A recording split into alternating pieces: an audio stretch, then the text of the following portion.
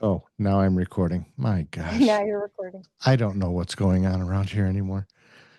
So, what I'm going to do is I'm going to play a little intro song, introduce the show, and then I'll introduce you. And um, we'll what I'd like to do is get a little bit of background on you and what you're doing Okay. and stuff.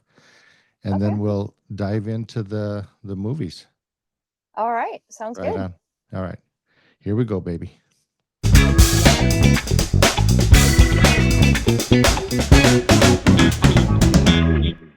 All right.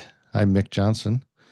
I'm the dad here on My Dad's Movie Podcast. And today with me, I have a special guest, Kylee Carr. Hi, everybody. What's So, going on? I was telling Kylee, I'm not very tech savvy, and I screwed up the recording and forgot to record what I was supposed to.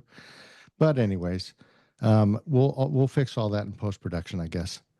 Yeah. So I was telling Kylee that I don't have a guest with me tonight, a guest co-host. Tabor's usually on, but Tabor's still out, and so I'm going solo. So if things go off the rail, or buttons get pushed or don't get pushed, it's what it is. Yep. So It's what it is. that's right. So Kylie, tell me a little bit about you and what you've got going on. I think I saw you have a podcast. Yes, I do. I have two actually with my best friend co host, Cassandra. I'm a co host with her on the Horrorcraft Podcast, and we talk about a lot of horror movies. We're really big on women in horror. And then we have our other podcast, Spooky Mom's Coven, and that is a more family friendly, family oriented podcast. And we Oh, talk about a lot of just kind of kid rated horror movies or good gateway horror movies for like your teenagers and stuff like that. oh, right on. And I also do movie reviews over on the Hell Zone. Oh, okay. Oh, that's kind of Yeah, cool. So yeah. you're involved in a little bit of everything. Just a little bit of everything. I've been doing this for about well, I've been on Horrorcraft and doing Spooky Moms for a couple years now, and I've been doing reviews for the Hell Zone since the beginning of summer, I think. So Oh, okay. yeah, Nice. So you are, I think I saw you're located in Ohio. yes, I am in Ohio. Right on. So that's pretty cool. We're in Idaho, and you're 2 hours ahead of me. Yeah, yeah, Yeah. So I had usually I do the show. I started at 7 p.m. my time, and I think when we talked, you wanted to bump it up a little bit. I'm yeah, assuming just a little bit. you have little kids. Yes, I have three boys. I have my 9-year-old Zane, my 6-year-old Julian, and my almost 9-month old Raiden. Oh my gosh, all little guys. Uh-huh, little Yeah, boys, yep. right on. But my wife and I, we have 5 kids, but they're all grown up and out of the house. So we're the complete opposite of the spectrum from you. Right. You guys are probably living your best lives right now. Yeah, yeah, maybe that's it. Yeah, yeah, So that's really cool that you're involved in podcasts and scary movies. You know, scary movies have never really been my thing. Um, I'll watch some, but I don't know. For some reason, I just don't get into scary movies. You know, like a lot of other people. And it hasn't been until this podcast where I've started actually watching a lot of stuff. In fact, tonight we're going to talk about Stephen Cognetti. yes, Is that right? yes, And I had never even heard of him until you brought him up. yeah, And the movies that he does, you know, I didn't know anything about him. So yeah, I actually sat down after you told me about him, and I watched. We're going to talk about Hell House LLC, yes, yes, and so I watched that one, and I also watched Hell House LLC, the second one. yes, So I'm familiar with both of those, and I actually was pretty surprised that I guess I like they're kind of a found footage Yeah. type of Yeah. movie, and I kind of like the found footage, I guess. So that was kind of cool. So what is it? Tell me about Stephen Cognetti. What do you like about him? What kind of why did you want to talk about him? Well, I would say like House LLC is probably my favorite horror franchise, aside from, kind of the greats like Michael and Freddy. I guess if you're going for a more iconic horror franchise, my favorite would have to probably be Nightmare on Elm Street. But I really enjoy the found footage genre. Um, I remember being a little kid and seeing like Blair Witch Project and just thought that was absolutely terrifying. And then, Paranormal Activity came out, and that was such a huge pivotal moment for the found footage genre. So I've always loved found footage horror films. Yeah, But when I saw Hell House, I just had not seen anything super profound and something that genuinely scared me in a really long time. yeah, And I've never really had a fear of clowns until watching these movies. Um, but I like found footage because a lot of times it's a way for filmmakers to make a low budget film, right? It's pretty easy. But right, like with Stephen Cognetti, he just built this whole universe around all of it. You have like a true crime aspect with it. You have a haunted house, um, a crew that comes into a town and they're doing their annual haunt there. And, things start happening. There's clowns that are like mannequins that aren't supposed to be moving and they right, end up moving. You know, you even have some stuff like with the cult involved. So I just really enjoyed that. And what I think, the most about Stephen Cognetti is he takes the most simplest things and makes it terrifying. Like, just a clown's not really supposed to be scary, right. but the clown in A- these I, movies are terrifying. a lot of people are scared of clowns, though. They It's a are. thing. It is a thing. And I grew up watching, It and Pennywise, and yes, that was pretty terrifying, especially as a Right, kid. But there's something about the clown, especially in the first movie, when Paul and they're setting certain things up, and the clown's just right there, and he thinks it's one of the guys, and he turns and looks down, and when he looks back up, the clown's looking at him. right. Yeah, I just think that's terrifying. those it was kind of funny because I would I was watching the shows just by myself. My wife was doing her thing, and so I was watching the shows. And I don't usually get scared, and like scary movies, they don't really bother me that much. They don't. I don't really get scared from them. A lot of times, I find them kind of silly. When I'm watching them.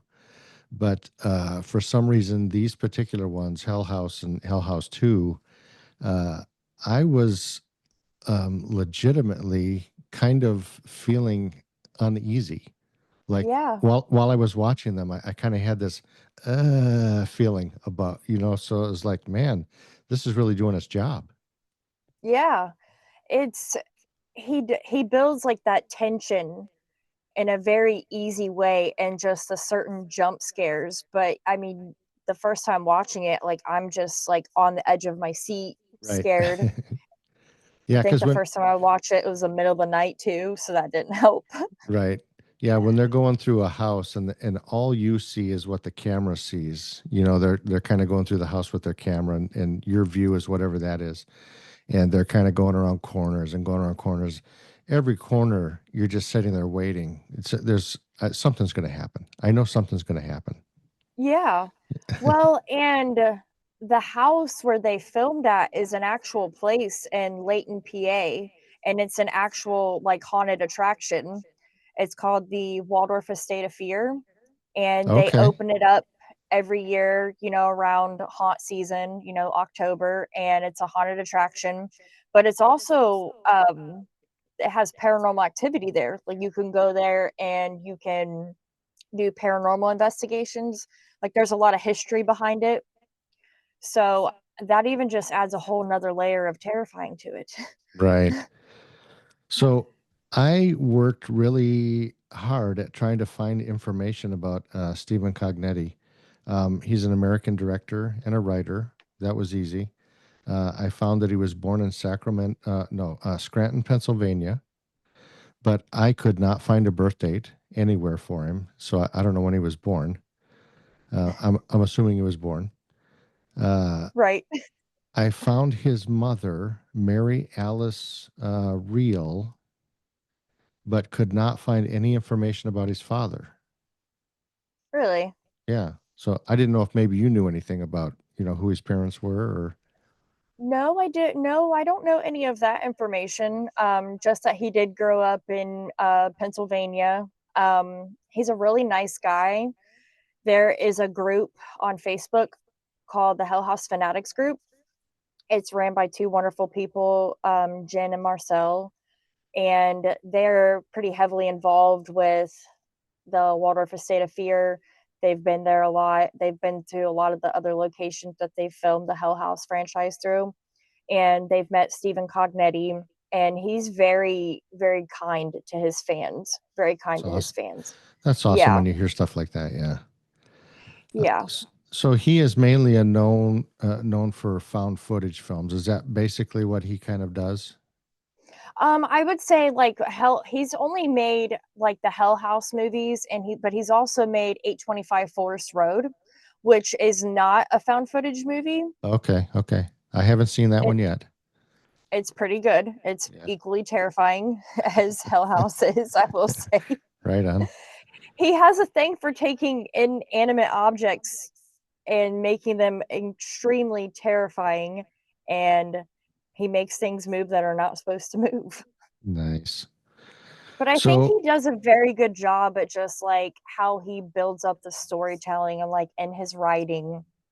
Because I know a lot of people complain about with his Hell House movies, there's always a lot of really unanswered questions. And I think a lot of people don't realize that these are kind of, low budget indie horror films.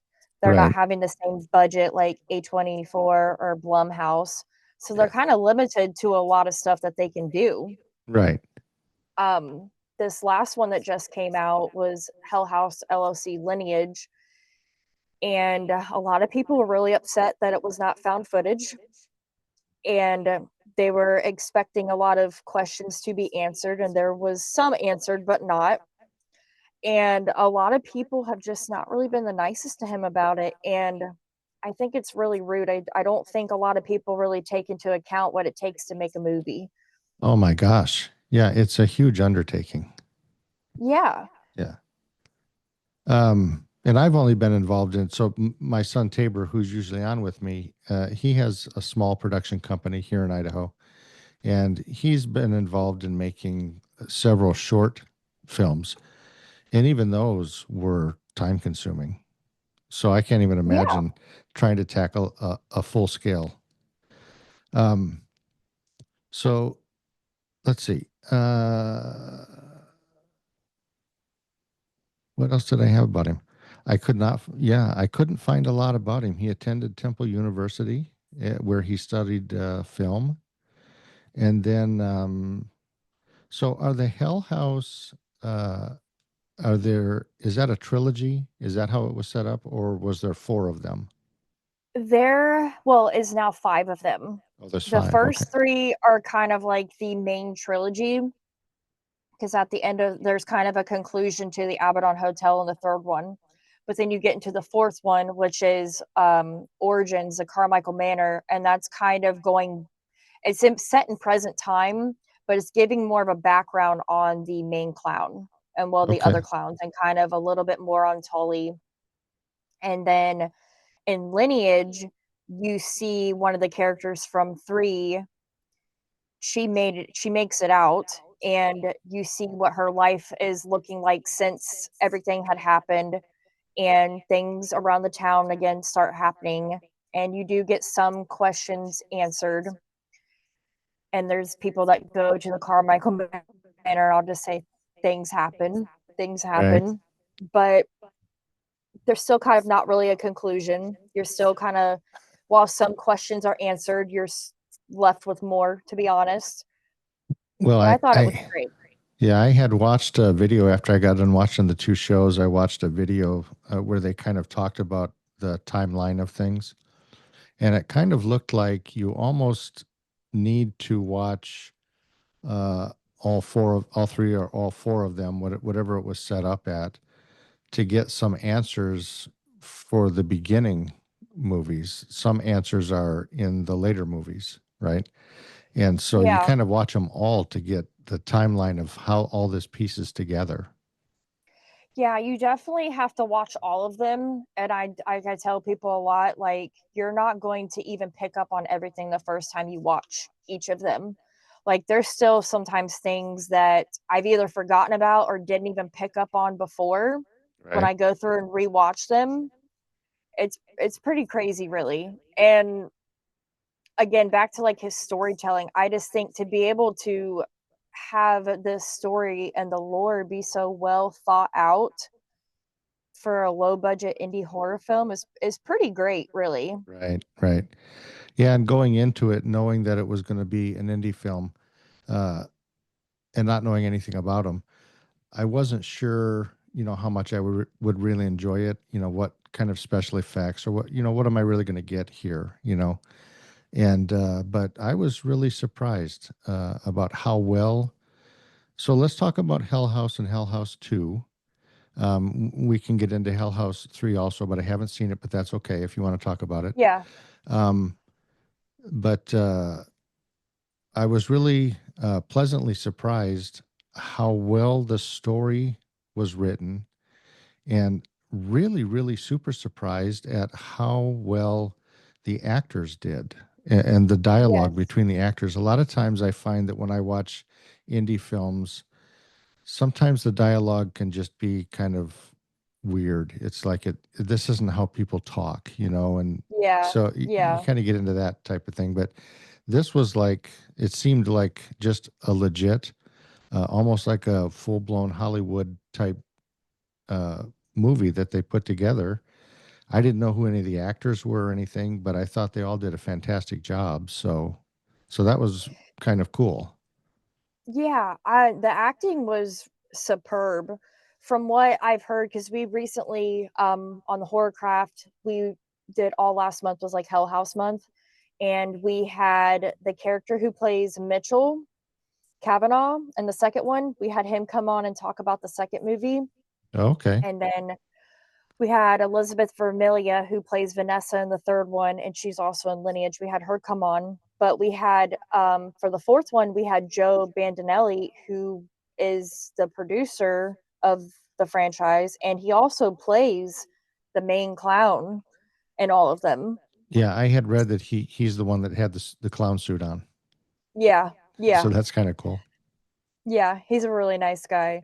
But he talked about, like, especially in the first one, like the original Hell House crew, how close they got and just how they flowed together so well.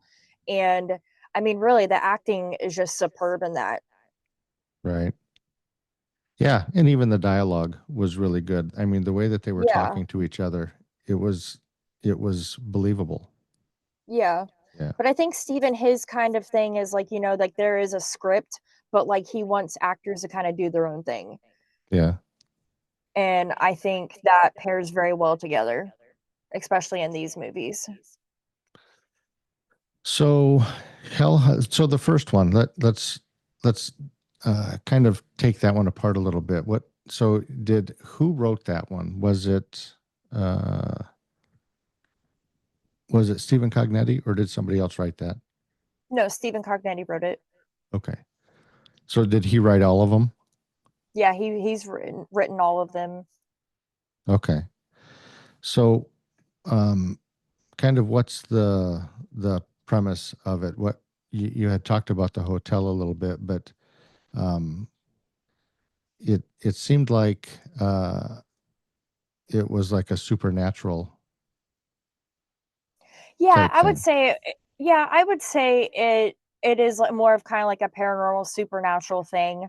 Um because you have underground dark forces coming into play. But I think there's also like there's a true crime aspect to it. Um, some government weirdness, especially like within the town in that first movie. They blame what happened that night on a, malfunction, even though Right. it killed a bunch of people. And Right. So the it's town not was like, trying to cover it up a little bit. yeah. And I think that's just because like they just couldn't explain what happened pretty much. They couldn't really pinpoint exactly what happened. Um, you see some footage in the movie, but I think from a loss standpoint, they want to go off evidence and hard facts and not supernatural, paranormal. Like that's Right. crazy, unheard of in the field. Right. So in the first one, it seemed like even though they had some weird things like clowns moving and showing up in places they shouldn't have been and stuff, um, you didn't really see as much about like a paranormal, I guess, like an underworld type thing, Yeah. right? And I think that was the premise. The owner of the hotel, or the guy that built the hotel, um, wasn't he supposed to be trying to create a gateway to Yeah. hell, Again, or yeah. something? Yeah. Okay. So, um, but you didn't really see a lot about that in the first one. Mostly it was kind of just about these kids that went in and the stuff that kind of happened to them. Um, and then you saw it a little bit more, and I haven't seen the third and fourth one, but you saw it quite a bit more in the second one. Yeah, I would say the second one is where you kind of see Tully the most, Hmm. Tully's the one which, that built the hotel. yes, Okay. yes. But you see him a lot more in two, especially like when they're doing that interview and people have no idea that that's Tully, and they think it's that Arnold Tasselman, and it's Exactly. not. And at the end, towards the end, you see him talking. Um, but you get more of a backstory of like why Alex picked that location. Yeah. Don't they at the end? He's having a conversation with somebody, and Yes. you kind of assume that it's the Tully guy. Yeah. Yeah. Yeah. So what is it about the first one that you kind of what did you really like about that one? What kind of I don't know, really set it apart for you? Well, I don't think at that time I had seen anything in horror of like them doing something centered around like a haunted house that was like a commercial haunted house, not like an actual like haunted location, like paranormal things like that. So I thought that was really cool. And it was just the first found footage movie I had seen in a really long time, or really just horror movie in general that I had seen in a long time that genuinely scared me. Hmm. Um, just something about the clowns moving when they're not supposed to be moving, and but you also don't really see them moving in the first one. Right, right. They will cut away from them and then cut back, and their head is turned. Yeah, Or you come around a corner and they're standing there, or something like that. Right. You don't yeah, actually see them moving around. Right. yeah. But I mean, you do see like the girl in white, coming into Paul's room and then Paul kind of disappearing. That was really scary. Yeah, yeah. Yeah, I liked that character Paul too. Paul's my I favorite. I thought he was fun. Yeah, he was. He was my favorite. So what else about Hell House? What else do you? I have some little trivia things, but even there, I couldn't. It was really tough for me to find a lot about the shows. So Yeah, there's not really a whole lot out there like you would think that there would be. yeah, 'Cause they've been out for quite a while. I have down that after one of the scares, Paul he throws up, Yeah. and that was real. I guess he really threw up from Yes, he really did from throw that. up. I was listening to a podcast the other day and they had Stephen Cognetti on and he was talking about I guess that night they all went out drinking, but that's why he threw up. But like Oh, okay. what about perfect timing though? Right. Right. That sounds like that was planned. Stephen got him here. Have a few Yep. drinks. Now let's go do this scene. Yep. Yep. Uh, okay. Yeah. You had talked about the Waldorf Hotel, and I read that that's the actual hotel that they used. Oh, the guy that they bring on, and he does the eye trick.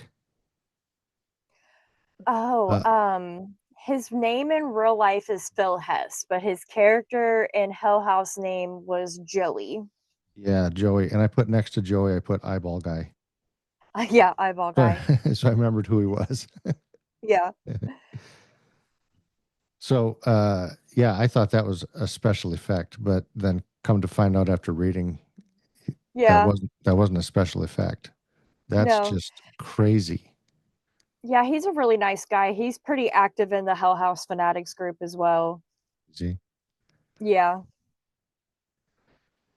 um, the tune played on the piano.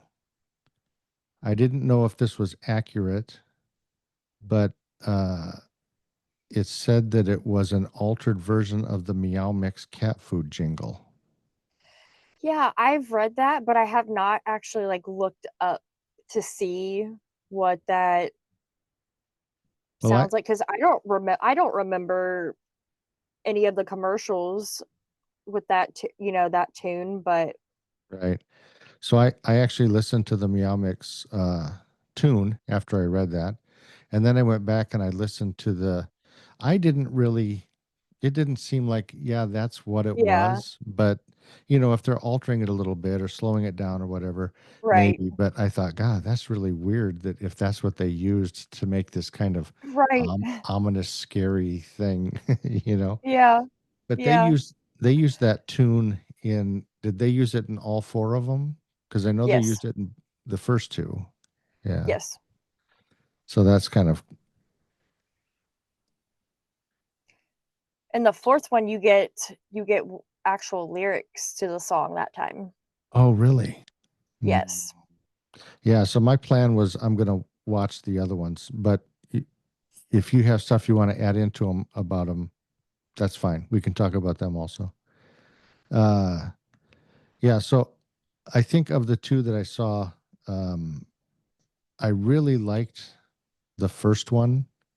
And I liked it a little bit better than the second one. Um, I kind of felt like the second one, maybe in the beginning, uh, I don't know, was a little slow.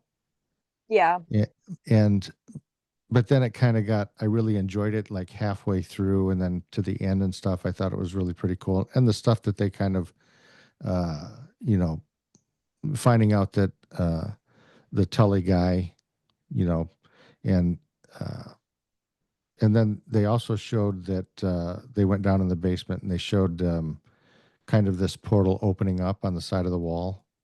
So Yeah. that was kind of the first like, oh, okay, this is what's going on. You know, Right. they've actually opened up a gate. So Yeah. what is the idea with the people that are disappearing? Are they going? Do you think they're going into this gate? Are they disappearing into hell or another world? And Um I think I think Tully and the Abaddon Hotel preys on certain people, certain personalities that are drawn into the hotel and kind of once they kind of get that hook in you, like that's it. Um, like in the second one, the Jackson Mallet character, he had been, was playing that song in the beginning of the movie when he was a kid. right, right. And when they played back, that footage, you could hear in the background when they're opening the Abaddon Hotel, and he was a kid. Right. And he eventually goes and like looks into it, and then he kind of gets trapped in the house.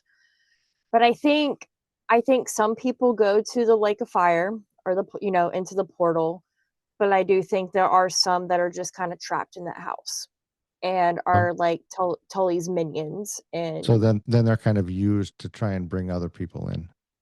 yeah, because if you see in one, Sarah, she was sent out, to spread the word about the Abaddon Hotel, pretty much, even though she was dead the whole time. Yes. And you kind of see that in the second one as well, because it leads off from the first one. Diane Graves and her camera guy went missing. Mitchell, her boyfriend, you know, wants to find her. So he Right. starts investigating. And that's just kind of how it keeps going. Right. So the the Tully character, so Tully has the hotel built, and he is trying to create this portal between this world and another world. Um, why does he do that? What is his? I think I had read that he had a. You keep seeing a picture of a little girl. Yes. At one point, Tully was a very like religious man, and it's still kind of unclear because I can't remember if they ever really specified what exactly happened to Tully's daughter, but something bad happened and she died. And I think that kind of just turned him against religion. So he kind of went down another path. But it's also talked about in the other movies that he came across two people that were involved in almost like just kind of like this cult. So it's one of those things that I hope they eventually will make more, and more questions can be answered. Right. Right. Well, I started wondering when you keep seeing the picture of the little girl, and I had read that that was his daughter. Yeah. Um, then I started wondering, well, what would make a dad try to create this go between world? What is he trying to do here? And I'm thinking, is he trying to find a way to bring his daughter back to life? I don't know, uh, but I think that's a possibility. but I didn't know if maybe in the future or if any other ones maybe they kind of talked about that a little bit more. Why it Not was. really. Uh, Yeah. well, we might have to do a Hell House 6 then. Yeah, Steven said that this was going to be his last one. And but he said that it doesn't mean somebody else won't make one. Yeah. But how the last one ended, it's it's left open for another one. Is it? So, Okay. yeah. I mean, and there's just I think if they were able to do another one and got the budget, they would. But I also think Steven is just kind of tired because he's been making these movies for quite a while, and he wants to make them in certain ways, but is just not able to. Yeah. Um, so is he kind of going towards making other movies besides the found footage stuff? You said that he did Yeah, the 825 eight Forest Road. yeah. Yeah, Um, that one is not found footage, which is really good. Lineage is actually not found footage either. okay. A lot of fans and people were not happy about that.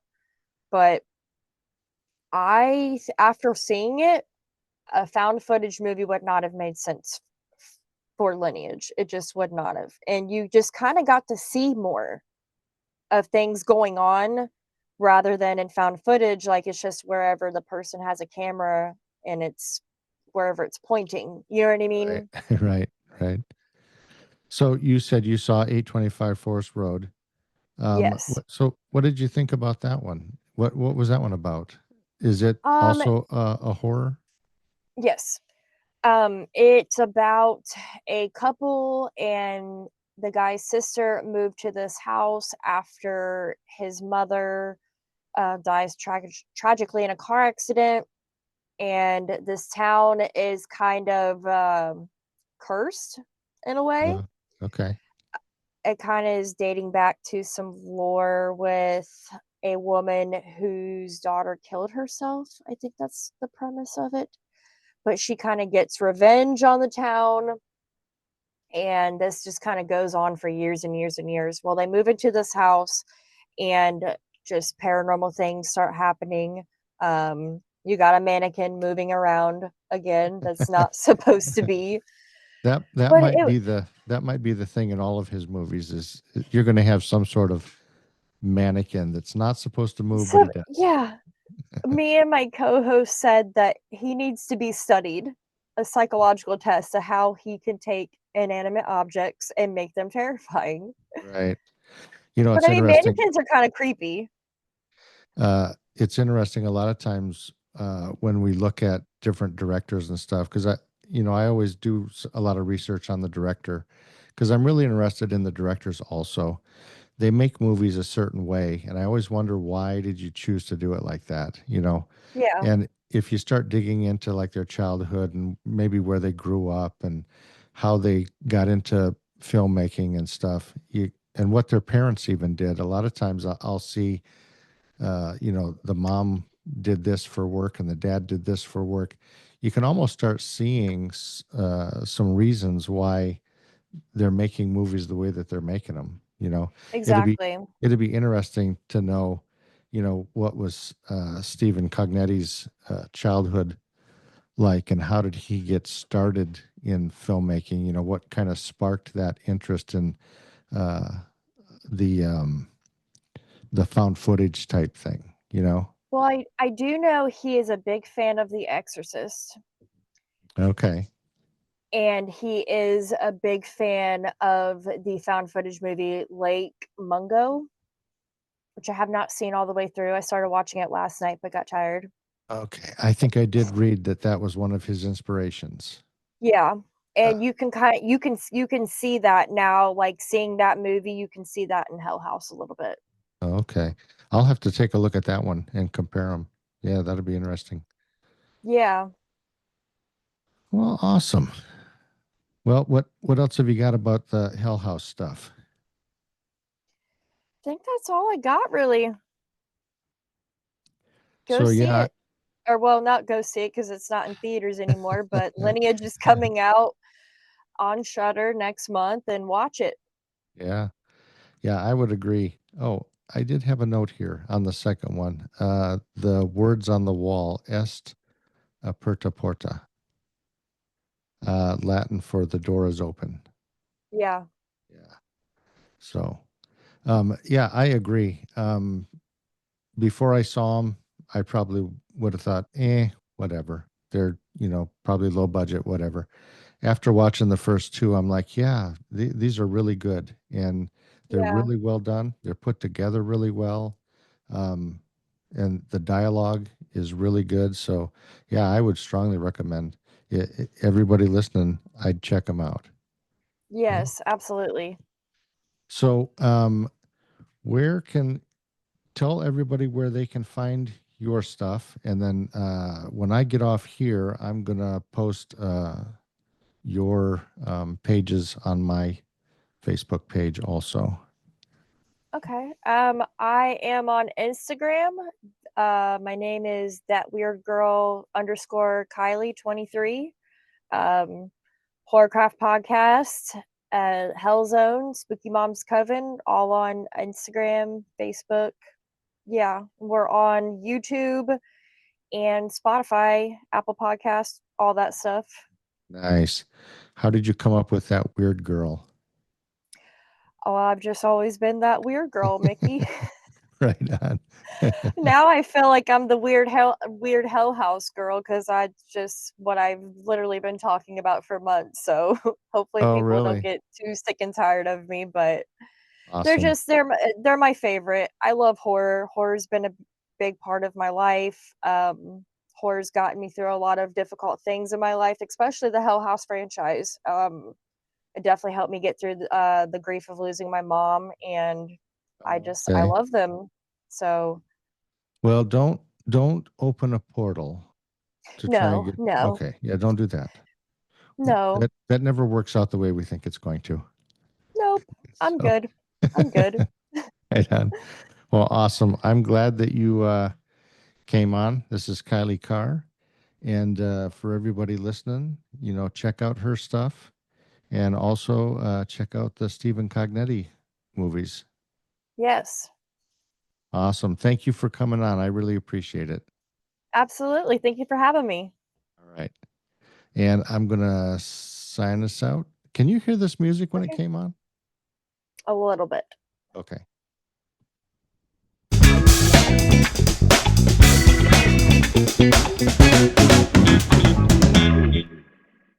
And we're gone. You're gone. Awesome. Thank you. Yes, thank you. Thank you for having me. We'll have to have you come on sometime to Horrorcraft. Absolutely. You tell me some movies and I'll tell you if I'm going to be too scared or not. Okay. Right on. Talk Well, to you thank you later. for having me, Mickey. You're Talk to you welcome. later. Bye. Bye-bye. Thanks for listening to My Dad's Movie Podcast. We had a lot of fun creating it, and we hope you enjoyed it. For more content, please check us out at Facebook and YouTube at My Dad's Movie Podcast, or visit our website, mydadsmoviepodcast.com. And always, if you'd like to help support us, please check out our Patreon at My Dad's Movie Podcast. Thanks for listening, everybody.